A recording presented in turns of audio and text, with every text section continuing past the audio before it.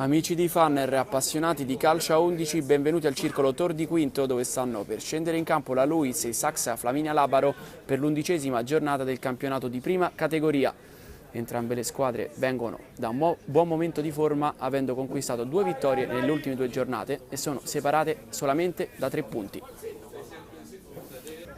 Sono saliti i saltatori del Labaro, parte Tangredi con il destro, il pallone arriva in mezzo, viene respinto dalla difesa e poi riesce a bloccare Morabito, un tiro rasoterra, abbastanza lento, senza problemi. Agostino, Cuppone, manovra avvolgente della Luis che arriva vicino all'area di rigore con Vilmercati che prova il destro deviato, il pallone rimane lì sull'inserimento di Arena che però spara alto sopra la traversa da buonissima posizione. Sulla destra dove Agostino stoppa il pallone e punta Sabatino, ne salta uno, ne salta due, Agostino ancora al limite dell'area di rigore, azione personale di Agostino che arriva dentro l'area, tiro parato perfettamente da Crucianelli che salva il risultato.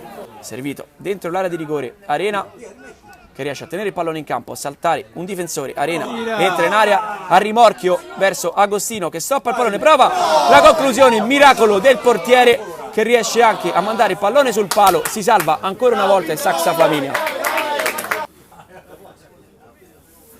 Sale anche il numero 5 Sabatino, Tangredi crossa in mezzo, uscita sbagliata del portiere, il pallone rimane lì, la porta è vuota, ma in qualche modo la Luis riesce a salvarsi, prima occasione da gol per il Labaro.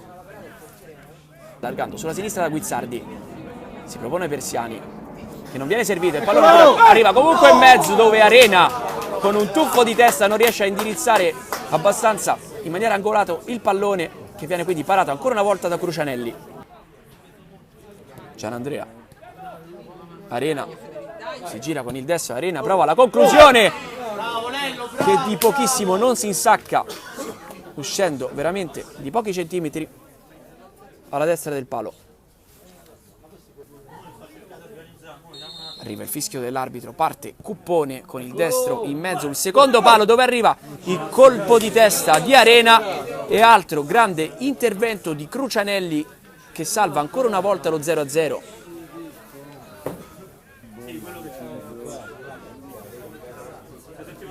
Cuppone lascia l'incarico della battuta al destro di Vilmercati che prende una rincorsa molto lunga, parte il numero 2 con il destro, il pallone viene deviato ma Crucianelli blocca senza problemi.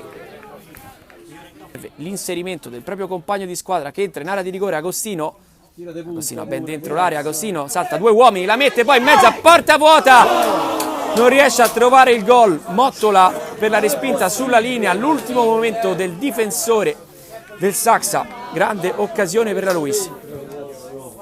Vilmercati tra le linee, progressione di Vilmercati che salta 2 giocatori, arriva al limite dell'area, serve il proprio compagno che gli restituisce il pallone, ancora Vilmercati in area, prova con il sinistro, contrastato, l'arbitro fischia che un calcio di rigore in favore della Luis. Vilmercati resta a terra, ma ripetiamo, calcio di rigore in favore dei padroni di casa.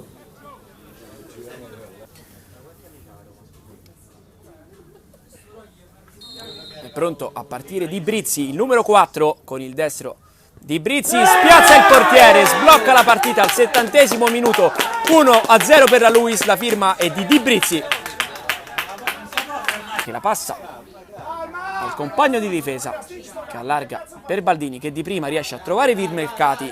Vilmercati, attenzione, progressione di Vilmercati che si accentra, Vilmercati prova anche il sinistro, il pallone non lontano dalla porta difesa da Crucianelli. Parte Piermaria, il pallone arriva in mezzo all'area, ancora una volta respinto dalla difesa. Adesso giunge vicino all'area piccola, viene messa in mezzo, grandissimo intervento di Morabito che si sporca i guanti per la prima volta nella partita in un momento veramente decisivo. Cat del Saxa, ma finisce qui, l'arbitro sancisce la conclusione della partita, la Luis vince per 1-0, una partita fondamentale che regala 3 punti, importantissima la sua classifica, sale a 17 punti, proprio alla pari con il Saxa Flaminia Labaro.